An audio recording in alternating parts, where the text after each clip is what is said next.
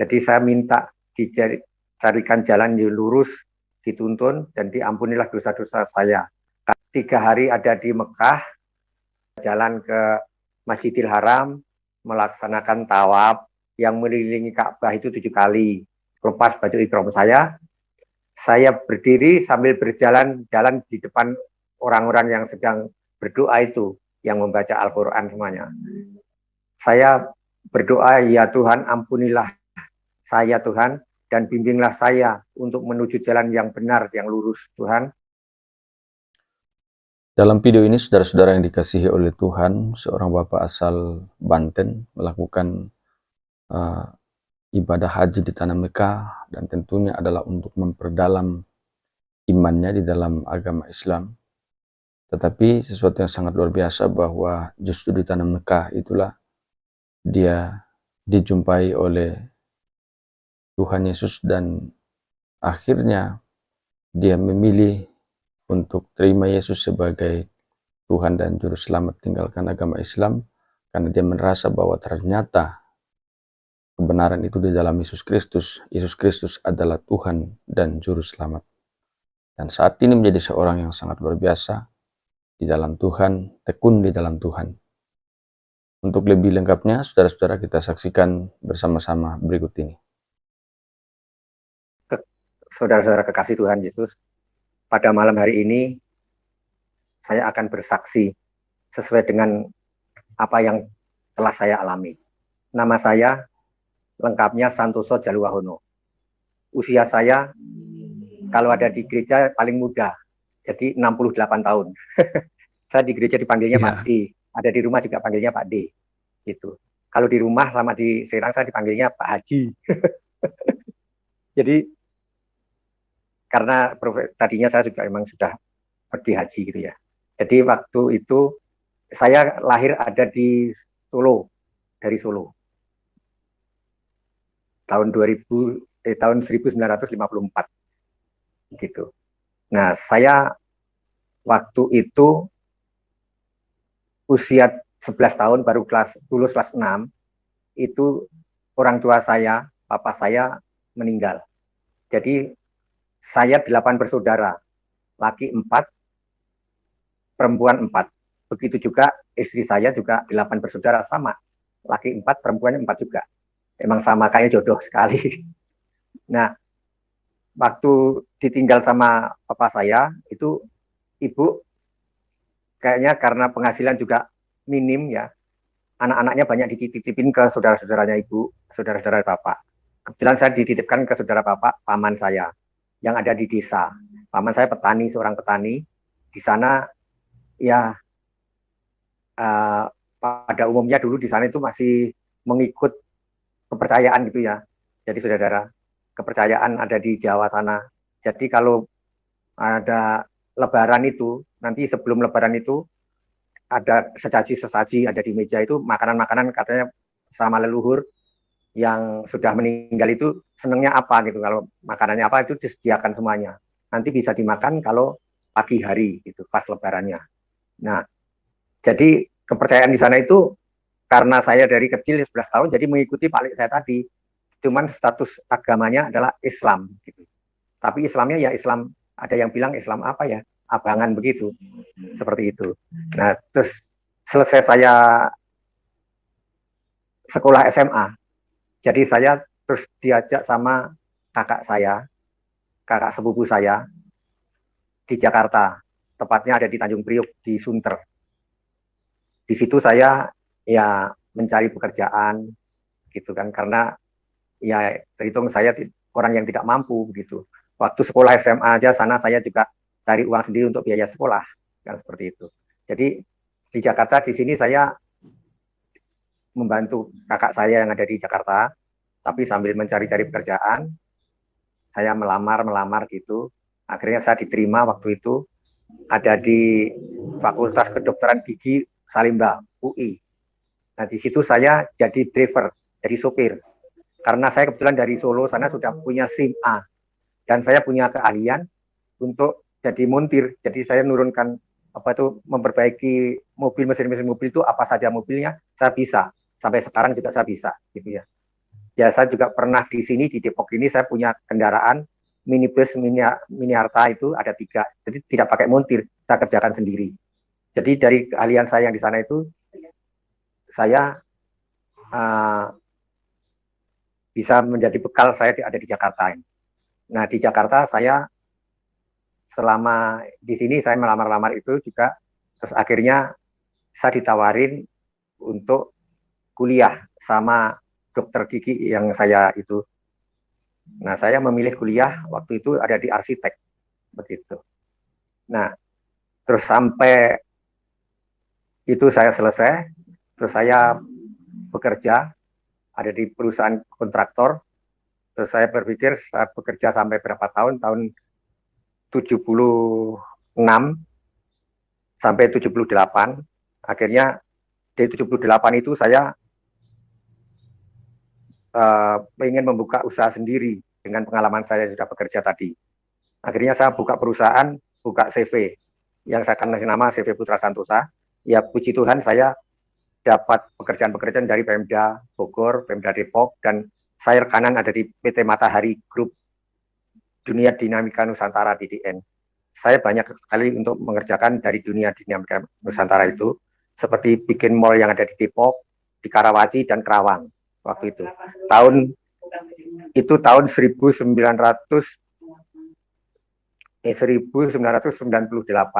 Nah itu waktu itu kena huru hara. Huru hara itu akhirnya kami pindah karena proyek saya kena dibakar waktu itu.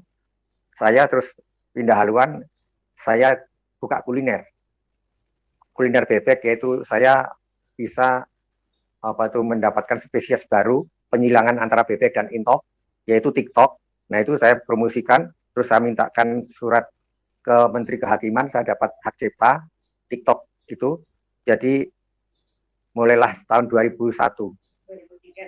Terus 2003 saya dapat sertifikat hak cipta dari Kementerian Kehakiman. Nah dari situ saya akhirnya menekunin ada di bidang kuliner. Ya sekali-sekali saya dapat pesanan untuk jadi kontraktor atau mendesain rumah-rumah itu. Nah sampai akhirnya tahun 2010 itu ada niat, istri saya niat untuk pergi haji. Saya diajak pergi haji. Jadi waktu itu saya daftar 2010, rencananya diberangkatkan tahun 2015. Tapi dengan kemurahan Tuhan, tapi dulu saya nggak tahu Tuhan saya itu siapa, gitu. Jadi Allah aja begitu, pokoknya Tuhan yang saya sebutkan. Jadi karena waktu itu saya diajak pergi haji sama istri saya, dan saya sebenarnya kurang tertarik untuk pergi haji itu. Tapi karena dia ya cobalah, ayo kita ke sana untuk pengalaman gitu ya. Akhirnya saya juga berangkat, cuman saya bilang, tapi saya nggak mau ikut manasik gitu. Jadi kalau pas manasik itu saya pulang ke Serang gitu. Saya kebetulan ada rumah di Serang, karena di sana itu peternak bebek, sama kambing, domba itu. Jadi setelah selesai manasik, kami kebetulan waktu itu puji Tuhan kepergian haji itu kita dimajukan, mestinya 2015 jadi 2014. Nah, dan itu mendapatkan haji akbar tahun itu. Haji akbar itu konon kabarnya, jadi di sana itu sama dengan pergi haji 7 kali. Jadi kalau haji biasa itu cuma 1 kali pergi haji, kalau haji akbar itu 7 kali pergi haji, jadi pahalanya 7 kali juga, seperti itu katanya. Makanya semangatnya teman-teman istri saya itu adalah pergi haji itu ke sana. Begitu saya berangkat ke haji itu dari sini, dari Indonesia, datang pertama ada di Madinah. Di Madinah saya di situ 8 hari, karena istilahnya sholat arba'in itu ada 40 rakaat. Jadi 8 hari. Pada hari ketiga itu saya, karena saya di situ kalau berdoa banyak selalu itu sholat pun pakai bahasa Indonesia, karena supaya saya mengerti begitu ya. Nah, saya berdoa, ya Tuhan ampunilah saya Tuhan, dan bimbinglah saya untuk menuju jalan yang benar, yang lurus Tuhan. Saya seperti itu. Jadi cukup simpel saya kalau berdoa. Jadi saya minta dicarikan jalan yang lurus, dituntun, dan diampunilah dosa-dosa saya. Karena saya tidak tahu apa yang akan saya perbuat di Mekah ini. Seperti itu. Nah, setelah ada di Madinah itu, 3 hari saya ada di sana, saya merasa pas lagi setengah tidur ya. Tadinya masih bercanda sambil nonton TV sama teman-teman satu barak. Jadi satu kamar itu isinya ada 9 orang. Jadi waktu itu pas habis kita ngobrol-ngobrol, nonton TV begitu ya, terus semuanya udah kira-kira jam 11, jam 12 gitu ya, itu pada tidur. Nah, saya mau tidur itu kok mendengarkan suara audible lah gitu ya. Karena doa saya waktu mau tidur, ya Tuhan, ampunilah dosa-dosa saya dan berilah saya petunjuk menuju jalan yang lurus dan yang benar Tuhan. Nah, begitu. Selalu saya berdoa seperti itu. Nah, audible tadi bunyinya adalah, ya, kamu Santoso katanya. Tapi cuma suara saja yang terdengar sangat jelas. Teman-teman yang 8 itu nggak mendengarkan, udah tidur. Nah, saya katanya kalau kamu mau jadi imam, mau jadi pemimpin yang bagus, yang benar dan bijaksana, kamu harus menguasai 8 sifat alam, begitu. Nah, saya kan kaget. Apa itu 8 sifat alam itu? Saya tanya gitu, bisa tanya jawab itu. Jadi dengan jelas bisa tanya jawab. Tapi seperti kayak setengah sadar gitu ya, seperti itu. Nah, sambil tiduran. Akhirnya 8 sifat alam itu adalah, pertama adalah sifat bumi, kedua sifat langit, ketiga sifat matahari, keempat sifat bulan, kelima sifat bintang, keenam sifat udara, ketujuh sifat air, kedelapan sifat api. Nah, itu saya dijelaskan seperti itu. Lantas saya tanya, nah sifat-sifat itu bagaimana? Terus apa sifat bumi itu? Nah, dijelaskan. Sifat bumi itu adalah sifat yang sangat kasih, sifat yang ikhlas dan kasih. Nah, seperti itu. Nah, tapi begitu saya sudah mengikuti Kristus ini, saya mendengarkan lagu, ada yang di gereja itu lagu kasihmu ya Tuhan, kasihmu tiada putus tiada batasnya, yang seperti itu.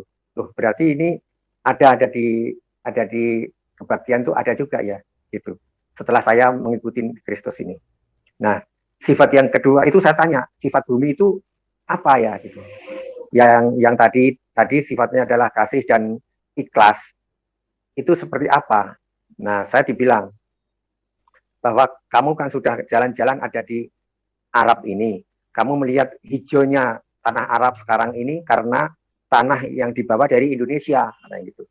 Jadi tanah ini dibawa di Indonesia, tanah itu tidak minta dibalikin lagi ke Indonesia, dia ikhlas. Nah, tanah di Arab ini juga dibangun, yang sebelah sana, sebelah kanan sana, itu dibangun gedung yang bertingkat, mall, apartemen, yang sebelah kiri dibangun untuk MKC ya, itu, tapi dia tidak MCK, jadi tapi maaf MCK, jadi mandi cuci kakus itu ya, itu dia tidak marah tanah itu, ikhlas. Nah, itu seperti itu. Ditanemin yang sana, tanemin singkong, tanemin padi, dia tidak akan marah, jadi ikhlas selalu. Oh iya, seperti itu. Tapi ikhlas itu, ilmu ikhlas kalau ada di kepercayaan saya yang dulu, itu sangat sulit sekali, karena ikhlas itu adalah datangnya benar-benar dari Tuhan, begitu. Tapi kalau rela itu adalah dari hati kita aja sendiri, relaan. Saya bilang begitu. Nah, akhirnya saya tanya lagi, nah sifat langit itu apa? Sifat langit itu adalah yang mengayomi, gitu. Nah, ternyata saya juga membaca ada di Injil Yohanes 1 ayat 51 itu adalah seperti pengayoman juga ya. Nanti bisa dibukakan sama mengayomin itu bagaimana ya, kamu harus bisa mengayomin pada perusahaan-perusahaan kamu yang sedang kamu bangun, rintis, dan juga usaha-usaha kamu ini, juga keluarga kamu harus ayomin dengan sepenuh hati, seperti itu. Ya, boleh dibacakan? Oh iya, betul. Ini adalah langit ya, langit terbuka. Nah, inilah saya membaca, oh ini kok kayak yang saya dapat audible itu gitu ya, tentang langit. pengayoman. Nah, itu ya. Nah, lantas yang ketiganya adalah sifat matahari. Sifat matahari itu sifat yang menerangin tanpa dengan apa itu pamrih ya. Semua harus diayomin. Jangan pilih kasih begitu. Semua diterangin begitu. Nah, itu juga saya membaca ada di Alkitab, itu di Yohanes 1 ayat 8 sampai 9. Itu juga kayaknya kok ada di situ juga gitu. Kalau amin. Betul ya? Betul. Iya. Jadi masih ingat. Jadi waktu itu saya tanya matahari kan. Setelah itu apa bedanya dengan bulan? Saya bilang gitu ya. Oh iya, maaf. Tapi begitu saya dapat tiga tadi kata-kata tadi, saya bangun karena saya agak ketakutan juga ya. Kok merinding begitu kok. Saya kok dapat dengar itu teman-teman saya nggak dengar. Saya bangunkan akhirnya teman-teman saya tadi yang 8 tadi orang tadi, saya bangunkan akhirnya ngumpul semuanya. Saya bilang bahwa saya mendengarkan suara. Apakah kamu tidak mendengarkan suara? Katanya tidak. Nah akhirnya ayo suara apa? Jelas sekali kok. Terus akhirnya saya ajak ke lobby, kita bicara berbincang di situ. Saya jelaskan tadi ketiga tadi. Terus semuanya pada bingung juga, bagus sekali ini bisa dibuat buku ini, gitu katanya. Ya silahkan nanti coba dibikin buku. Ya udahlah yuk tidur lagi karena masih jam 1 itu jam malam. Akhirnya kami kembali lagi ke kamar di situ. Teman-teman pada tidur lagi, saya nggak bisa tidur lagi. Suara itu timbul lagi, kedengaran lagi. Nah, akhirnya saya tanya, apa bedanya bulan dengan matahari? Sama-sama punya cahaya, saya bilang gitu ya. Nah, bedanya kalau bulan itu menerangi pada yang sedang kegelapan. Jadi kamu harus bisa menerangi orang-orang yang sedang menderita kegelapan. Seperti itu. Nah, saya juga lihat juga ada di Alkitab. Saya sering baca Alkitab sekarang, gitu ya. Itu ada di apa ya? Yohanes juga, Yohanes 1. Kalau bulan itu Matius ya. Matius 5 ayat 66. Coba kalau nggak salah itu. Matius 5 ayat 66. Iya. Jadi akhirnya saya tanya lagi tentang bintang. Bintang juga punya cahaya, tapi apa itu maknanya? Saya gitu ya. Kalau bintang itu adalah memberi pencerahan, kamu harus bisa memberi pencerahan kepada sahabat-sahabat, anak-anakmu dan pekerja-pekerja kamu, seperti itu.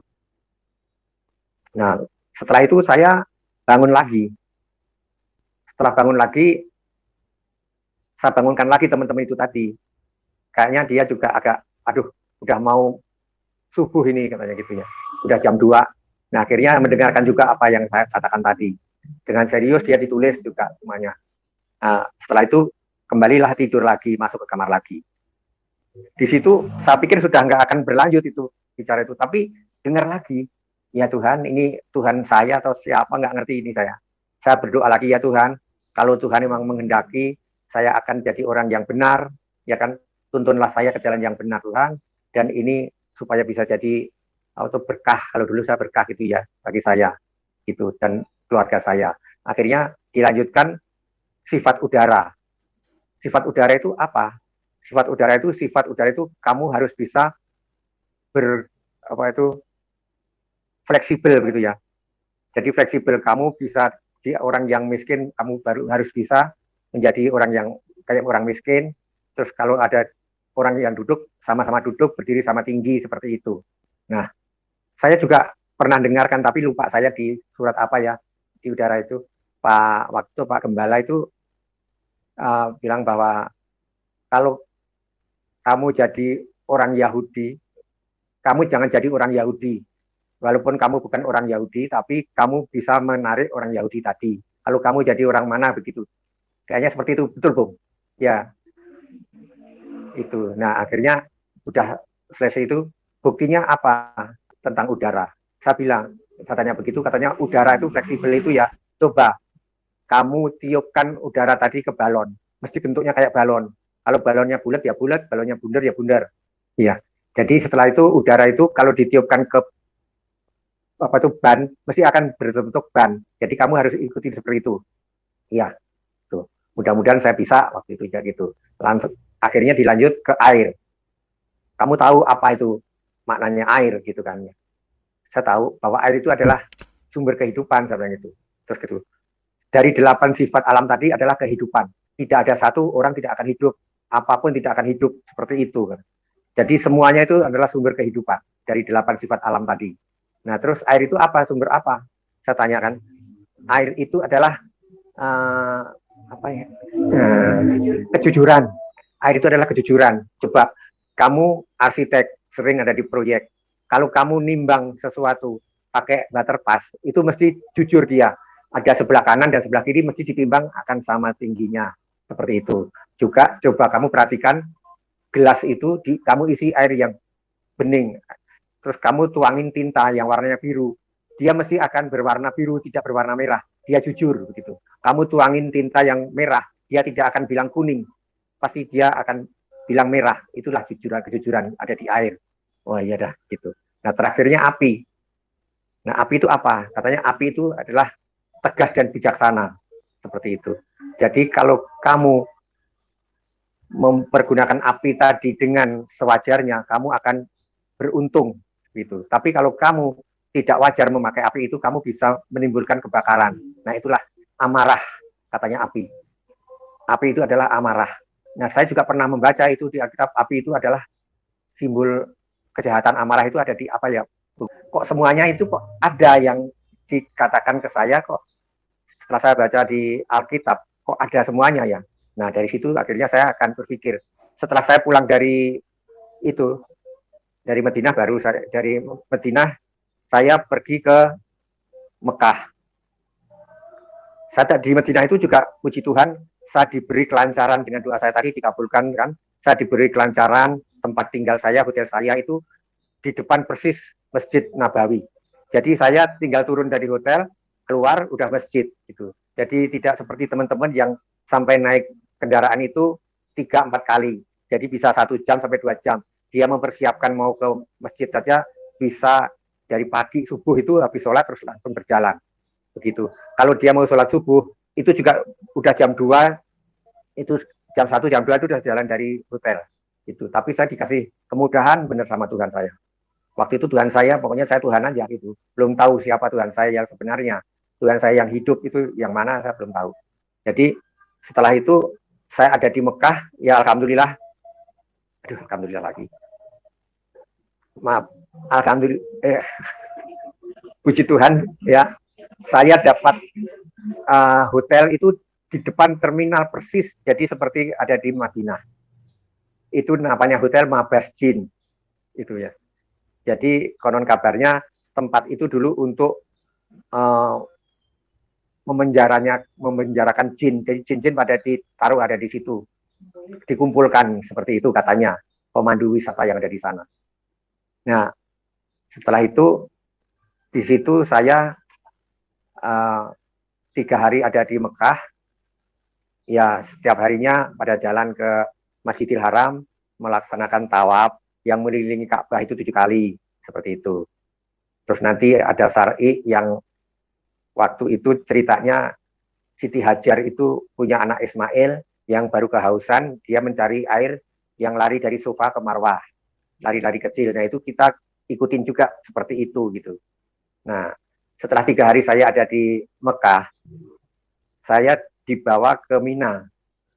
Di Mina sana mempersiapkan untuk ke Arafah. Nah Arafah itu adalah hajinya itu ya 1 hari di Arafah itu dari pagi sampai maghrib.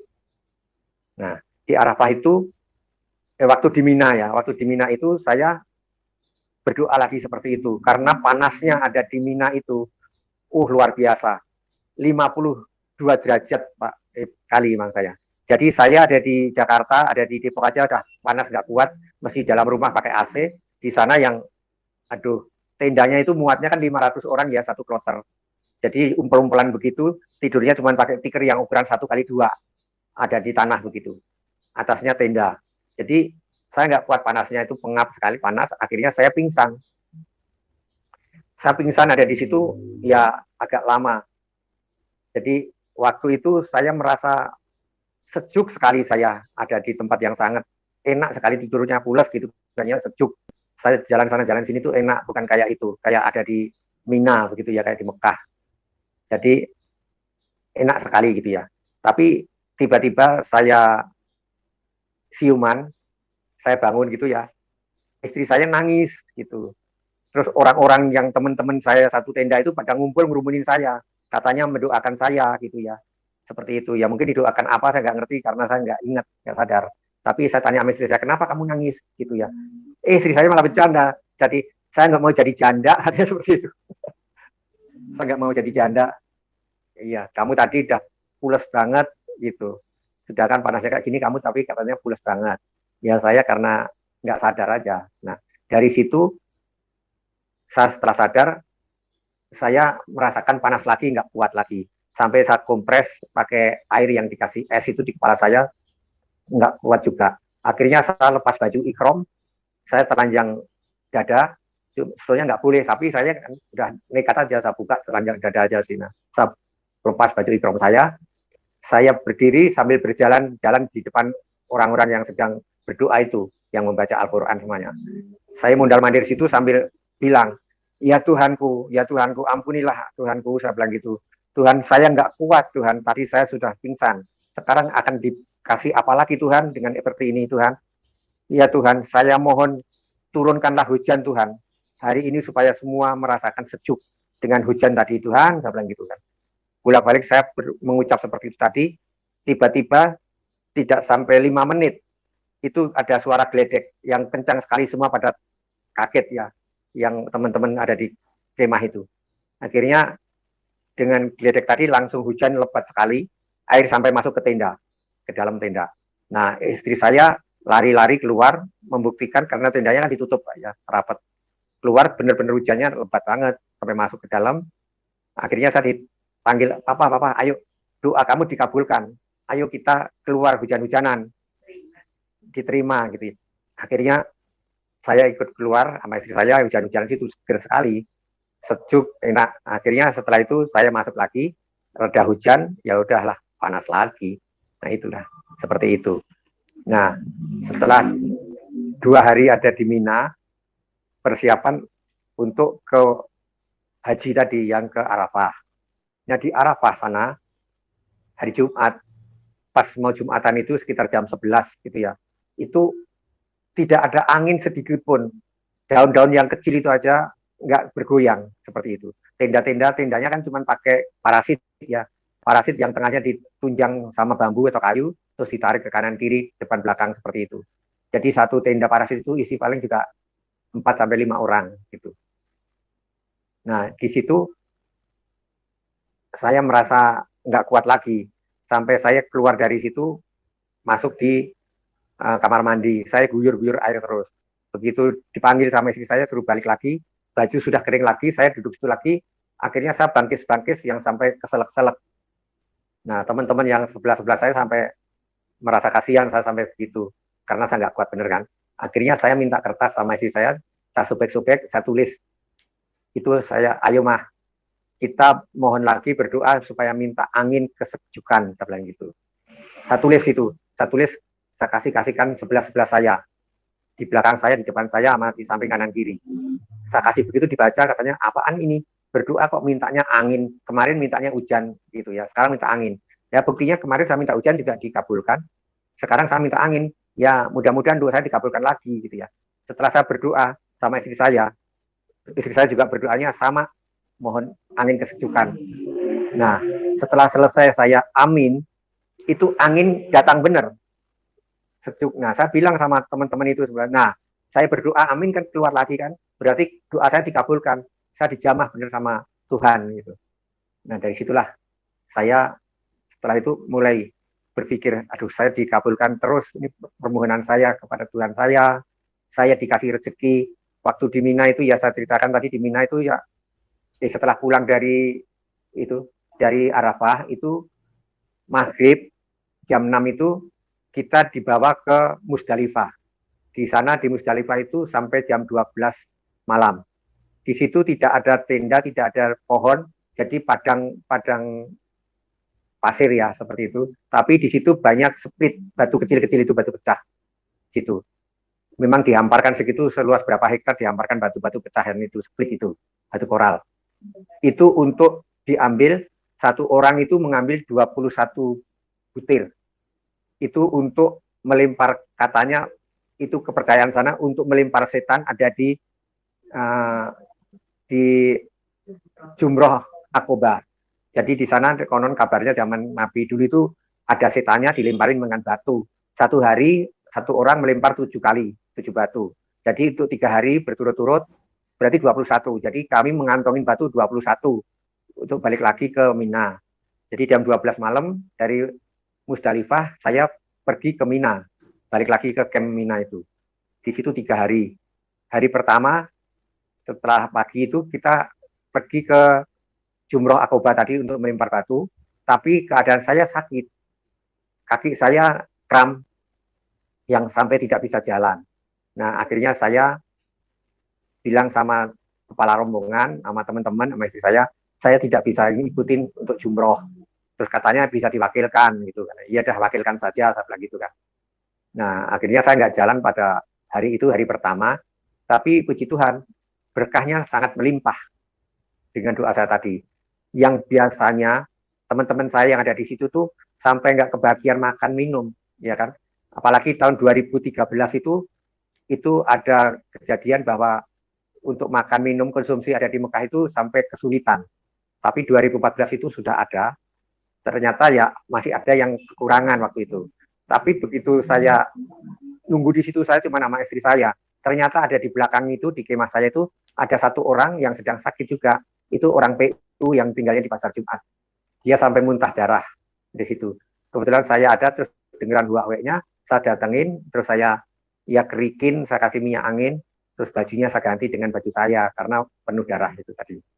Nah, di situ ternyata akhirnya datanglah konsumsi. Yang konsumsi itu tadi melimpah ruah. Jadi nasi itu sebetulnya di grup saya itu cuma ada berapa ya, sekitar 100, tapi saya dapat sampai hampir 300 bungkus nasi itu. Buah-buahan, terus air aqua itu bisa 1 truk kelihatannya gitu. Banyak sekali. Sampai saya buat wudhu, buat mandi pakai air aqua. Karena kita kalau ngantri cari air wudhu, itu susah sekali ngantrinya, lama sampai sudah ajian sudah selesai, ngantri itu belum selesai gitu. Jadi puji Tuhan saya itu berkah sekali. Makanan akhirnya saya bagi-bagikan ke sebelah-sebelah, istilahnya sekarang katanya kayak diakonia begitu. Saya bagi-bagikan aja sebelah itu, tapi dulu saya nggak tahu diakonia itu apa. Jadi pokoknya saya membagikan itu aja dah, makanan-makanan ke tetangga-tetangga sebelah. Minum, buah-buahan, buah-buahnya juga bagus, ada apel, ada apa itu sankis, pisang begitu, jeruk, bagus-bagus sekali. Jadi gula, kopi, teh itu sampai melimpah, sampai nggak habis diminum ada di Mekah itu, sampai banyak yang dibawa pulang ke Indonesia. Nah itu berkah lah, berkat dari Tuhan itu. Nah doa saya sangat berterima kasih sama Tuhan. Ya Tuhan, berterima kasih atas berkah dan rahmat karunia ya, keselamatan yang telah Engkau berikan kepadaku. Doa saya sudah mulai seperti itu. Ya Tuhan, terima kasih dan ampunilah dosa saya, dan atas berkah rahmat karunia keselamatan yang telah Tuhan berikan kepada aku Tuhan, itu saya berdoa akhirnya. Nah akhirnya saya pulang dari itu, yang hari keduanya saya berdoa lagi untuk kesembuhan. Seketika kaki saya itu sembuh, saya kuat berjalan sampai ke Jumroh Aqobah. 2 hari saya kuat. Nah di sana akhirnya 2 hari selesai. Akhirnya kembali lagi ke hotel ada di Mekah. Di sana melaksanakan tawaf syar'i itu ya. Nah selesai dari situ pulang. Tapi masih ada waktu lebih dari 2 minggu itu. Karena haji itu kan cuma 1 hari. Tapi kita persiapannya sampai 3 hari ada di Mina. Terus 8 hari ada di Madinah. Nah sisanya itu adalah dari 11 hari. Padahal kita kan 39 hari itu. Jadi masih ada 28 hari itu kita pergi aja kemana-mana. Jadi ke gua-gua itu, pokoknya tempat-tempat ziarah lah seperti itu. Jadi dari situ setelah selesai haji kami pulang. Sampai di rumah saya masih sakit batuk yang belum selesai. Nah di sini setelah itu saya disuruh sama istri saya, kamu harus bisa jadi imam. Pokoknya seperti itu. Saya dikasih buku panduan untuk sholat dan apa itu Al-Quran. Saya tekun sekali sampai 3 bulan lebih ya, hampir lebih 3 bulan saya siang malam membaca itu Al-Quran itu. Ya saya temukan yang itu, ayat-ayat, tapi ayat-ayat yang mengatakan bahwa ada di surat Maryam ya, ayat 19 itu mengatakan bahwa Isa Al-Masih itu adalah anak yang suci. Gitu. Wah, ini Isa Al-Masih itu kan kalau di Kristen kan Yesus Kristus. Saya tanya juga sama itu keluarga yang Kristen itu seperti itu. Nah, terus ada di Ali Imran itu yang ayat 45 itu Isa Al-Masih adalah Roh Allah dan Kalimatullah adalah yang terkemuka di dunia dan di akhirat. Nah, ini juga saya bilang gitu. Terus ada lagi, saya baca lagi, ada di surat Asy-Syu'ara yang ayat 61. Itu banyak kan dibacakan sama orang-orang yang sudah diberkatin sama Tuhan Yesus, yang dari Muslim bisa pindah ke Kristen. Banyak yang membaca itu. Karena ada di surat Asy-Syu'ara itu menyatakan berbunyi seperti ini. Sesungguhnya Isa Al-Masih itu adalah memberi pengetahuan tentang hari kiamat. Maka daripada itu jangan ragu-ragu tentang hari kiamat itu. Dan ikutlah aku untuk menuju jalan yang lurus. Nah, itu seperti itu. Nah, saya juga membaca juga ada di ada di Alkitab ya Pak, yaitu jalan lurus itu di apa ya? Yohanes 14 ayat 6 ya, Bung Franky. Betul sekali Pak, Yohanes 14 ayat 6. Yohanes 14 ayat 6 ya. Iya. Nah, itu saya juga membaca, kok ada juga ternyata di sini. Nah, dari situ setelah saya ada di ini Pak, ada di Indonesia ini, karena saya banyak menyangkal Tuhan, mungkin seperti itu ya. Karena saya belum tahu Tuhan saya yang benar itu yang mana, yang membawa saya ke jalan yang lurus itu yang mana, kan gitu ya. Saya banyak menyangkalnya. Akhirnya saya dapat musibah, saya dapat sakit pada tahun 2018. Itu saya kena serangan stroke berat. Jadi pecah pembuluh darah yang di kepala sini, sebelah kiri. Di otak saya itu pecah pembuluh darahnya. Sudah selebar ini, lubang segini nih. Yang titik-titik paku-paku itu ada 11. Jadi saya sudah nggak sadar. Nah, stroke itu akhirnya saya 3 bulan seperti bayi yang tidak bisa jalan, tidak bisa bicara.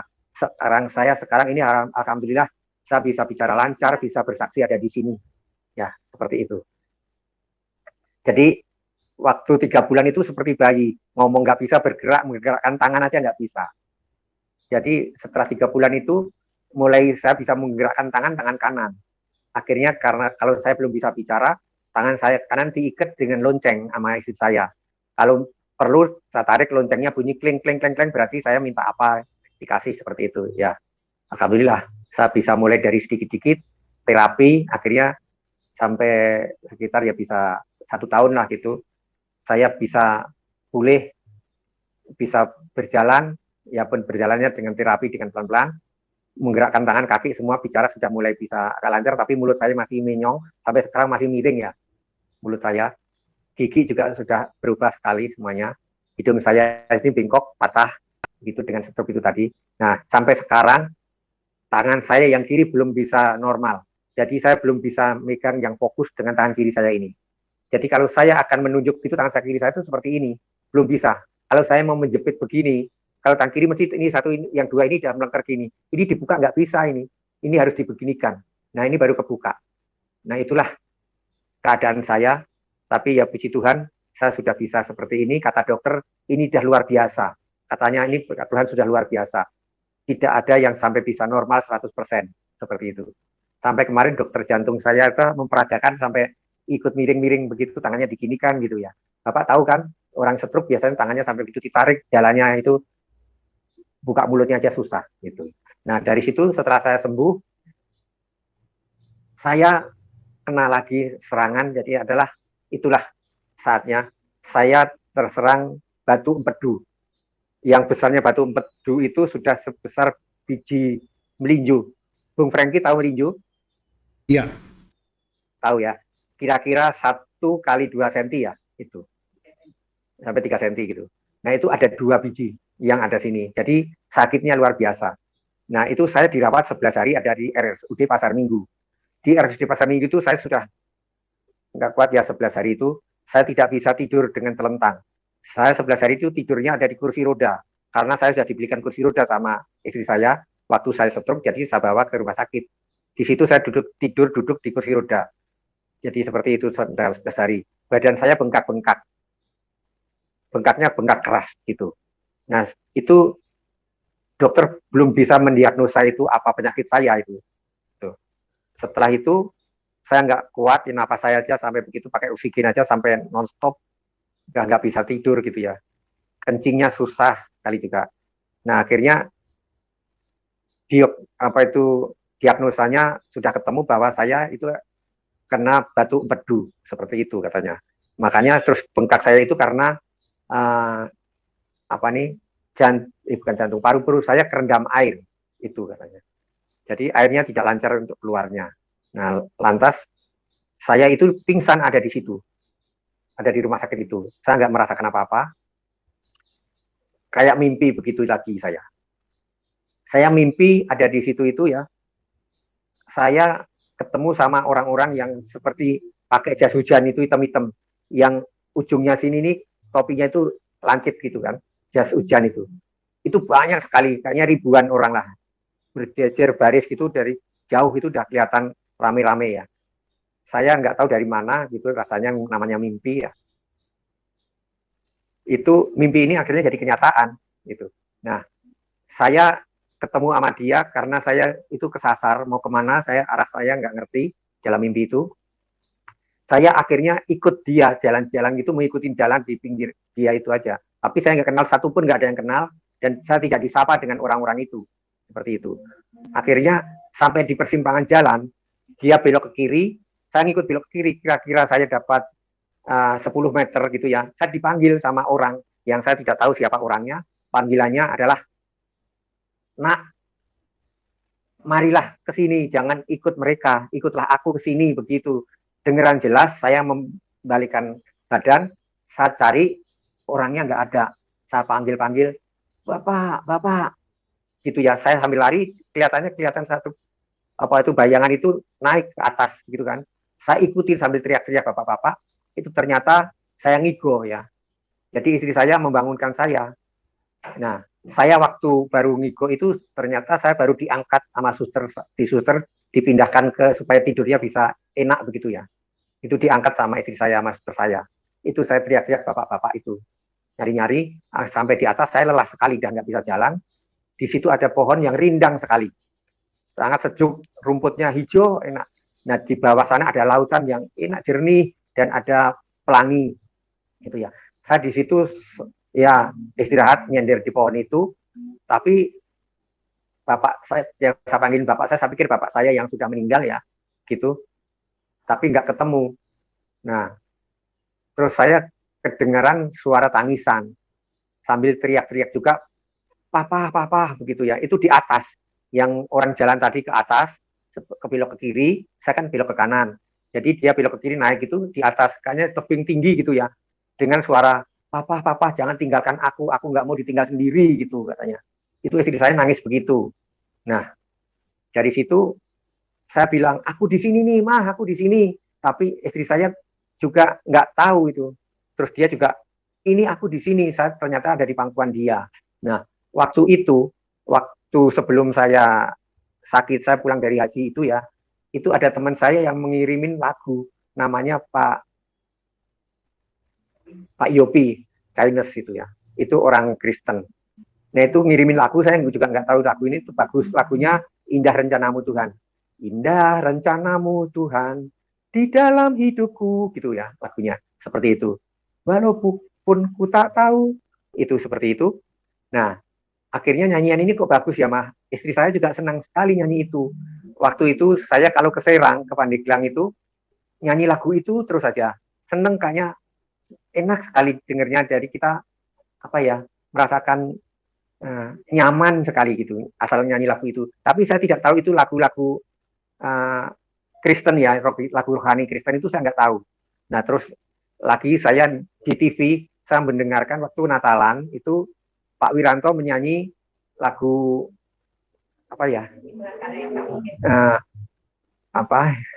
bagi Tuhan yang tak ada yang tak mungkin. Bagi Tuhan tak ada yang tak mungkin, bagi Tuhan tak ada yang mustahil.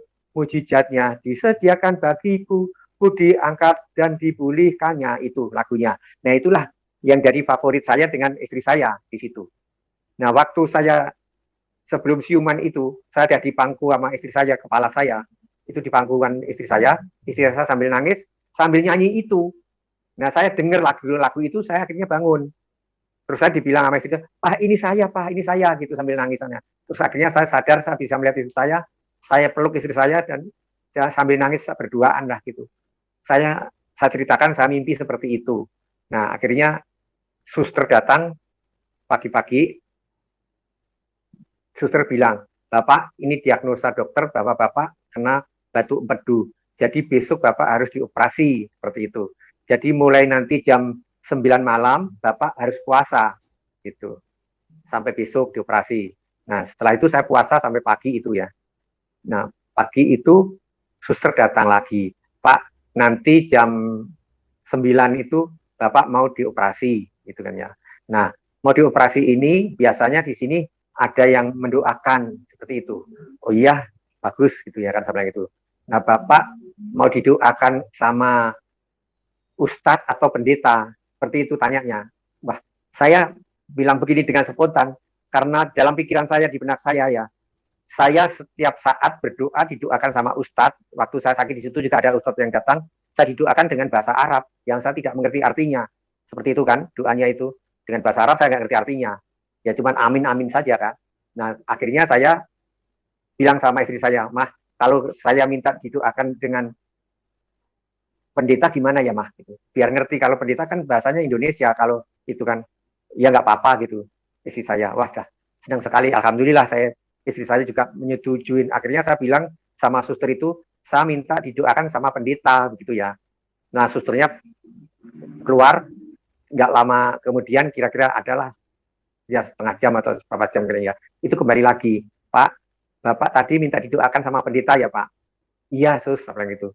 Kemungkinan suster ngelihat biodata saya atau KTP saya itu kan, saya kan tercantum agama saya Islam. Mungkin suster saya bingung nih, ini Bapak ini Islam kok minta didoakan sama pendeta begitu. Nah, saya bilang benar kok sus, begitu ya. Setelah itulah nggak lama kemudian datanglah dua pendeta ibu-ibu, namanya pendetanya lupa saya, Ibu Yohana atau siapa begitu ya. Itu gerejanya ada di Fatmawati. Nah, setelah didoakan pendeta itu tadi, saya mengerti, waduh, enak banget ini doakan pendeta dalam hati saya ya. Saya mengerti apa yang diucapkan gitu ya. Dia sangat memuji sama Tuhan dan dia sangat mendoakan saya dengan supaya dipulihkan kesehatan saya, disembuhkan, dibuanglah penyakitnya, dan segitunya saya tahu. Jadi sangat menyentuh sekali di hati saya waktu doanya itu. Saya mengatakan amin terus saja. Nah setelah itu selesai doanya, amin gitu ya. Tapi saya minta satu lagu yang saya ingat itu adalah lagunya Pak Wiranto tadi, yang bagi Tuhan tak ada yang mustahil, bagi Tuhan tak ada yang tak mungkin.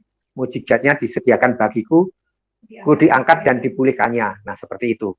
Nah akhirnya saya bernyanyi berempat sama dua pendeta tadi, saya dan istri saya. Setelah selesai itu, pendeta mau pulang, saya ditanya, Bapak gerejanya di mana gitu ya. Saya bilang, Bu, saya ini Islam, Muslim gitu ya. Pendeta itu takut sekali, dengan pucat sekali. Waduh Pak, maaf saya Pak ya, maaf benar-benar maaf. Semuanya sampai hampir nyium tangan saya. Maafnya itu tadi ya. Karena salah kamar Bapak, tapi Bapak kenapa iya mengiyain aja gitu ya. Iya ini Ibu, ini permintaan saya. Walaupun saya Muslim, tapi ini yang minta didoakan oleh pendeta itu saya, Bu. Jadi Ibu jangan usah khawatir. Saya sangat berterima kasih doaan Ibu yang sangat tulus dan memberkati saya. Dulu saya tidak bilang memberkati ya, apa ya? Lupa saya. Nah seperti itu. Pokoknya saya senang sekali. Saya terharu sekali dengan doanya Ibu. Saya bilang gitu. Akhirnya ya itulah. Saya dikasih alamat. Nanti boleh nggak Ibu saya nanti main ke gereja Ibu? Gitu. Wah dengan sukacita. Katanya seperti itu. Saya juga baru mendengarkan bahasa sukacita yaitu tadi. Nah akhirnya setelah saya sembuh. Tapi sampai sekarang saya belum ada waktu untuk berkunjung ada ke gereja di Fatmawati itu. Ya mudah-mudahan nanti ada waktu saya dikasih kesehatan sama Tuhan, saya bisa berkunjung ke gereja Fatmawati itu. Nah, setelah pulang dari rumah sakit itu, saya berpikir terus saja, gimana ya ini ya. Tuhan itu siapa yang benar, saya seperti itu. Saya bilang sama istri saya, udahlah kalau percaya itu ya percaya aja, kan gitu ya. Kita kan memang kepercayaan itu tidak bisa untuk dipaksakan, gitu kan. Akhirnya saya terus belajar membaca Al-Quran aja terus ya. Tapi kok Al-Quran ini banyak sekali menceritakan tentang Isa Al-Masih, yang kebenaran, yang sebagai cahaya, dan bicaranya itu adalah mengandung kebenaran, ada seperti itu. Jadi banyak sekali itu ya.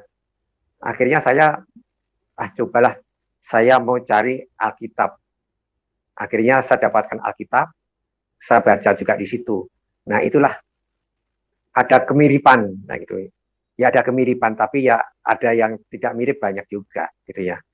Kalau kita pelajarin itu, jadi kejadian itu tentang Hawa itu juga nggak mirip, tentang Abraham itu juga tidak mirip karena anaknya yang dikorbankan itu Ismail kalau di kami dulu, tapi sekarang ternyata Ishak kan gitu ya. Nah ada juga Isa Al-Masih itu lahirnya di bawah pohon kurma, tapi kalau di Kristen kan Isa Al-Masih lahirnya di kandang domba. Nah itulah jadi pikiran saya juga, ini akhirnya saya galau lagi nih kayak gini nih, mana yang benar gitu kan ya. Coba mah waktu itu di bulan apa ya, bulan Oktober kira-kira gitu ya. Saya punya apa itu nazar, apa ya istilahnya, janji, keinginan. Saya kalau sembuh ini nanti, karena saya ya Pak, didoakan nama pendeta itu tadi, akhirnya batu empedu saya ini, puji Tuhan, tidak dioperasi lagi, sampai sekarang ini saya sehat. Puji Tuhan ya, Bung Prengki. Puji Tuhan. Benar-benar. Puji Tuhan, benar-benar. Jadi saya tidak dioperasi batu empedunya, padahal batu empedu itu tidak bisa diambil dengan laser, harus dioperasi di bedah perutnya, sekitar 10 cm, itu kata dokter. Jadi saya bersyukur sekali, saya sekarang bisa merasakan bahwa batu empedu saya tidak terasa sakit, seperti itu. Kemarin dicek sama dokter di laboratorium, sudah mengecil, seperti itu. Jadi setelah itu saya bilang sama istri saya, nanti ulang tahun saya di bulan Juni tanggal 9, genap di usia saya yang 65 tahun, saya akan mengikut Yesus pergi ke gereja, saya bilang gitu. Niat saya sudah, tekad saya sudah, kayaknya sudah bulat gitu ya, gitu. Tapi nanti saya diantar ya Mas, saya bilang gitu. Tapi istri saya bilang itu, iya saya mau nganter, tapi saya nggak ikut masuk ke gereja gitu ya. Nah, begitu sekitar tanggal-tanggal awal bulan itu tinggal 1 gitu ya, hari Minggunya itu tanggal berapa lupa, saya mulai cari-cari, sebelum hari Minggu saya cari-cari gereja di Depok, di mana gereja gitu ya. Oh ada di sini ada gereja, sini ada gereja. Setelah hari Minggunya saya datang ke situ dengan pagi-pagi, saya sudah datang mulai jam 7 lah ya, mana jam 7 saya sudah datang ke gereja 1 ini, mau turun saya, ada satpamnya, terus saya ragu-ragu nggak jadi turun, jangan-jangan nanti dimintain KTP-nya, kan saya belum tahu bagaimana cara di gereja kan gitu ya. Jadi dimintain KTP-nya, KTP saya Kristen, nanti saya dikira teroris lagi, bikin heboh lagi gitu ya. KTP saya kan Islam ya waktu itu, sampai sekarang juga masih Islam. Jadi saya naik mobil lagi, antar lagi, pindah ke gereja lagi, lihat ya berkerumun orang di situ, ada satpam dan segalanya, nggak jadi lagi. Akhirnya balik lagi ke rumah. Minggu kemudian begitu lagi, nggak berani saya, nggak berani, masih takut pokoknya, karena KTP saya masih Islam, itu ya. Nah istri saya juga cuman ada di mobil aja, karena yang bawa mobilnya kan istri saya. Saya sekarang tidak bisa nyupir, jadi yang membawa mobil istri saya kemana-mana. Itu. Tapi ya puji Tuhan istri saya akhirnya mau mengikuti saya. Saya mendapatkan jiwa satu, ya, dengan usia saya ibaratnya saya masih PAUD ya, karena belum sampai 3 tahun. Jadi saya mengikuti Tuhan Yesus itu masih PAUD ibaratnya. Jadi saya bisa menjangkau istri saya aja dah. Apa ya, puji Tuhan sekali dah, alhamdulillah sekali.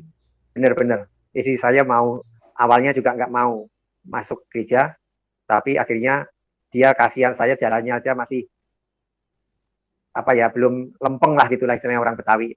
Jadi belum lurus jalannya, masih, karena kan saya stroke ini kan jalannya belum itu normal. Jadi akhirnya masih pakai kursi roda kan saya kemana-mana. Jadi akhirnya istri saya nuntun saya mau, ayo mah masuk. Tadinya mau nuntun sampai di pintu gedung aja, di gereja. Tapi mungkin lihat saya kasihan, akhirnya ikut duduk situ. Nah di situ saya disambut dengan Bapak Pendeta Indra Manalo MTH. Disambut dengan sukacita dia.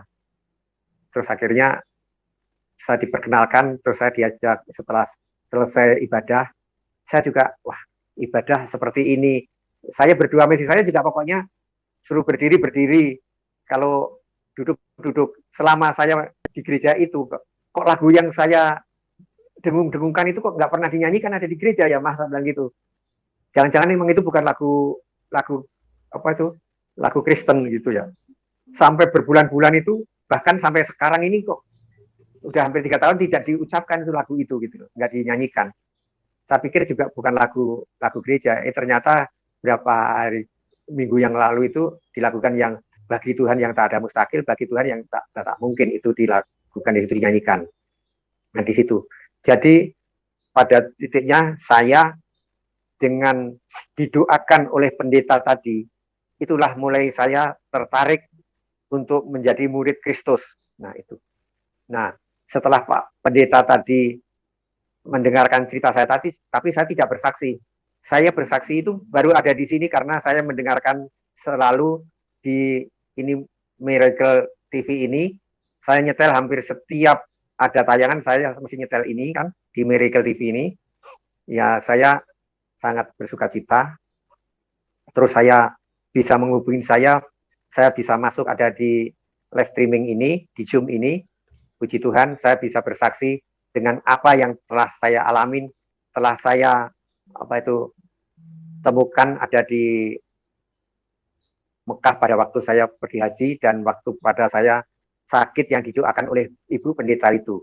Dan akhirnya saya ikut Tuhan Yesus sampai sekarang ini. Dan saya sudah, walaupun saya baru PAUD, tapi saya sudah bisa menjangkau jiwa. Jadi satu istri saya, kedua adalah teman saya, ada satu lagi teman saya yang orang yang dari daerah Jawa Timur, saya yang keras sekali tadinya. Tapi dengan saya dekatin terus dengan firman-firman Tuhan yang saya alunkan di situ, saya katakan, akhirnya dia ikut juga. Dan sekarang juga ikut ada di gereja Roti Hidup ini yang saya ikut situ. Jadi saya ada di Serang di Banten itu juga saya banyak menjangkau jiwa ya. Ya kalau dihitung adalah 10 gitu ada. Jadi orang-orang Banten itu kan fanatik sekali. Di Pandeglang itu tidak ada gereja. Kalau di Serang ada gereja 2 atau gimana itu. Tapi saya juga belum pernah. Saya ada di Serang itu sudah 11 tahun, tapi sudah di situ karena saya ikut Kristus itu kan baru PAUD, jadi saya belum pernah gereja sana. Bagaimana saya baru satu gereja ada di situ. Nah, waktu di Serang itu kebetulan pandemi itu. Jadi saya 2 tahun ada di Serang itu nggak pulang-pulang ke Depok. Pas pandemi, anak-anak saya katanya papa nggak usah pulang, udah di sana aja. Apa yang diingin papa memakan tak kirim dari Depok gitu.